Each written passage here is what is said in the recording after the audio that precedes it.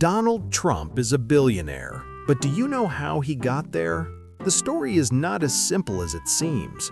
It all started in New York, in the Trump family, where there was already a real estate business.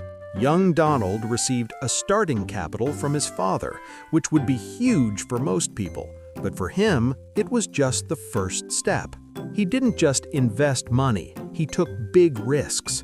He bought old buildings, hotels, office complexes, often in places where others were too scared to go. His approach was simple and a bit bold. See a rundown property, take it, turn it into something luxurious, and make millions. Trump also knew how to sell himself. His name became a brand on hotels, casinos, buildings, even cigars. People weren't just paying for real estate, they were paying for the idea of Trump: luxury, success, ambition. Yes, he took risks, sometimes lost, sometimes people laughed at his ideas, but it was these big bets that made him who he became: a billionaire, a business magnate, and a media icon. So, what do you think? Was it just luck, or someone who knows how to turn big ideas into big money? Donald Trump is a billionaire, a U.S. president, a man who can afford any private chef in the world. Yet his favorite food might genuinely surprise you. While other billionaires dine at Michelin star restaurants, Trump chose something different. Flying on his private jet, he often ordered simple McDonald's burgers, Big Macs, Quarter Pounders, and always Diet Coke. But it wasn't about taste. Trump openly said he trusted fast food more than private chefs. His logic was simple. McDonald's is a chain, cameras, standards, thousands of employees, which means a much lower chance that someone could mess with his food. So yes, a billionaire, a U.S. president with access to the best cuisine in the world, felt safer holding a burger in a paper box. And now the real question. Do you think that's a strange habit, or maybe one of the most cautious habits in the world? Before becoming president, Donald Trump appeared in a movie you've definitely seen. It wasn't a leading role, but it caught people's attention. In 1992, the cult movie Home Alone 2 was released, and for a few seconds, Trump appeared on screen. No Oscar, no long role, he was simply standing in the lobby of the Plaza Hotel, giving Kevin McAllister directions on where to go. And that was enough to make his scene legendary on the internet. People started making memes, editing the clips, and even those who never cared about politics knew. There he was, Trump, long before becoming president. Did it look funny?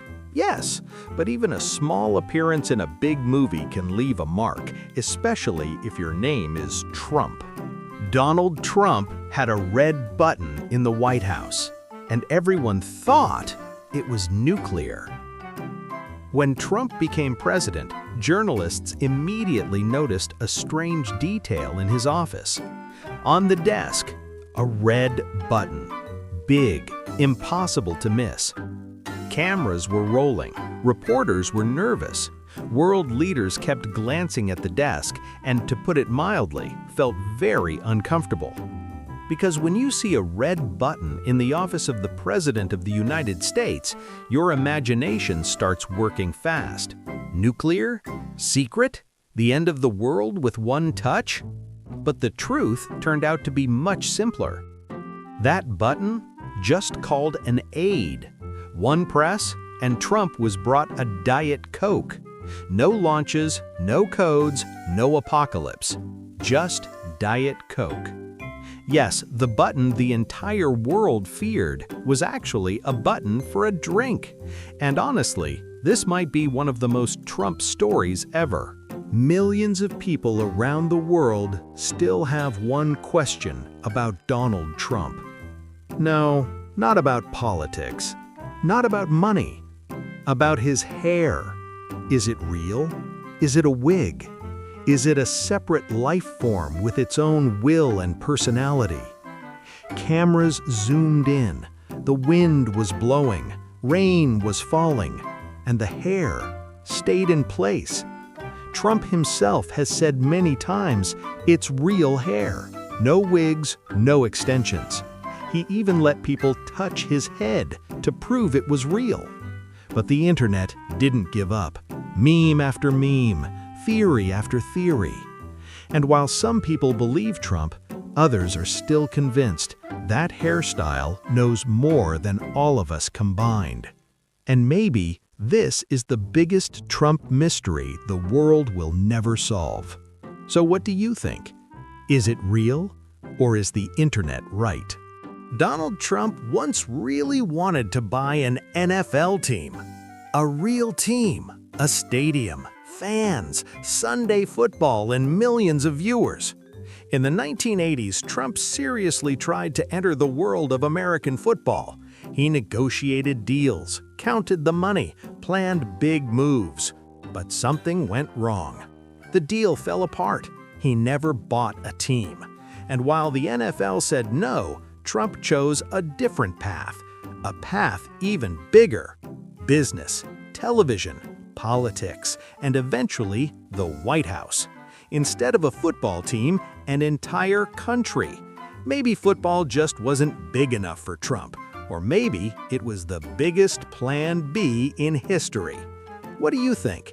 What would have happened if Trump had actually bought an NFL team?